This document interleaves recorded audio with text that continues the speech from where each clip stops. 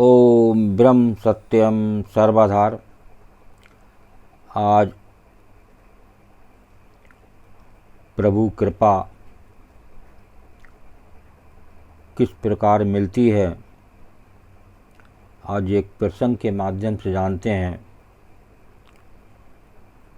कि प्रभु कृपा किस किस प्रकार मिली।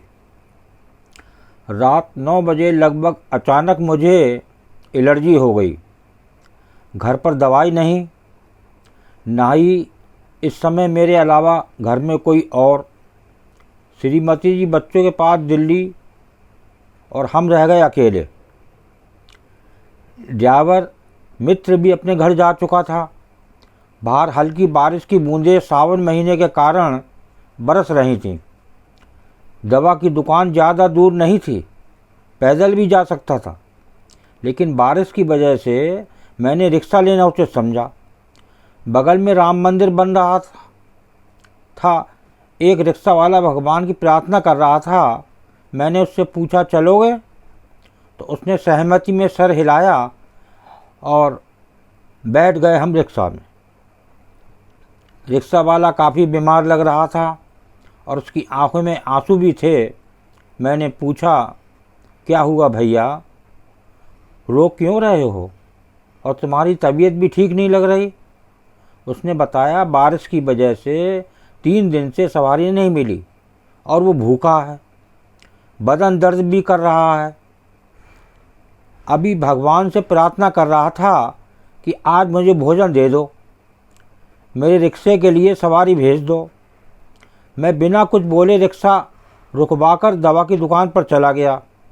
माँ खड़े खड़े सोच रहा था, कहीं भगवान ने तो मुझे इसकी मदद के लिए नहीं भेजा, क्योंकि यदि यही एलर्जी आधे घंटे पहले उठती तो मैं ड्राइवर से दवा मंगाता। रात को बाहर निकलने की मुझे कोई ज़रूरत भी नहीं थी और पानी ना बरसता तो रिक्शे में भी ना बैठता।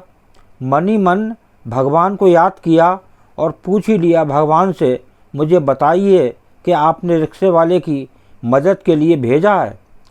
मन में तो जवाब मिला, हाँ। मैंने भगवान को धन्यवाद दिया। अपनी दवाई के साथ रिक्शे वाले के लिए भी दवा ली। बगल के रेस्तरां से छोले भटूरे पैक करवाए और रिक्शे पर आकर बैठ गया। जिस मंदिर के पास से रिक्शा लिया था, वहीं पहुंचने पर मैंने रिक्शा रोकने को कहा। उसके हाथ में रिक्शे के 30 रुपये दिए, गरम छोले भटूरे का पैकेट और दवा देकर बोला, खाना खाकर ये दवा खा लेना, एक एक गोली ये दोनों अभी और एक एक कल सुबह नाश्ते के बाद। उसके बाद मुझे आकर फिर दिखा जाना। रोते हुए रिक्शे वाला बोला, मैंने तो भगवान से 2 रोटी मांगी थी, मगर भगवान ने तो मुझे छोले भटूरे दे दिए। कई महीनों से इस खाने की इच्छा थी। आज भगवान ने मेरी प्रार्थना सुन ली और जो मंदिर के पास उसका बंदा रहता था, उसको मेरी मदद के लिए भेज दिया।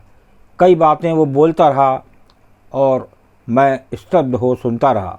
घर आकर सोचा कि उस रेस्तरां में बहुत सारी चीज़ें थीं, मैं कुछ और भी ले सकता था, समोसा या खाने की थाली, पर मैंने छोले भटूरे ही क्यों लिए? क्या सच में भगवान ने मुझे रात को अपने भक्त की मदद के लिए भेजा था? हम जब किसी की मदद करने सही वक्त पर पहुंचते हैं तो इसका मतलब उस व्यक्ति की प्रार्थना भगवान ने सुन ली और हमें अपना प्रतिनिधि बनाकर उसकी मदद के लिए भेज दिया। देखिए, इस प्रसंग में जगह जगह प्रभु कृपा का अनुभव हो रहा था। तो ये प्रभु की कृपा ऐसे नहीं मिल जाती है।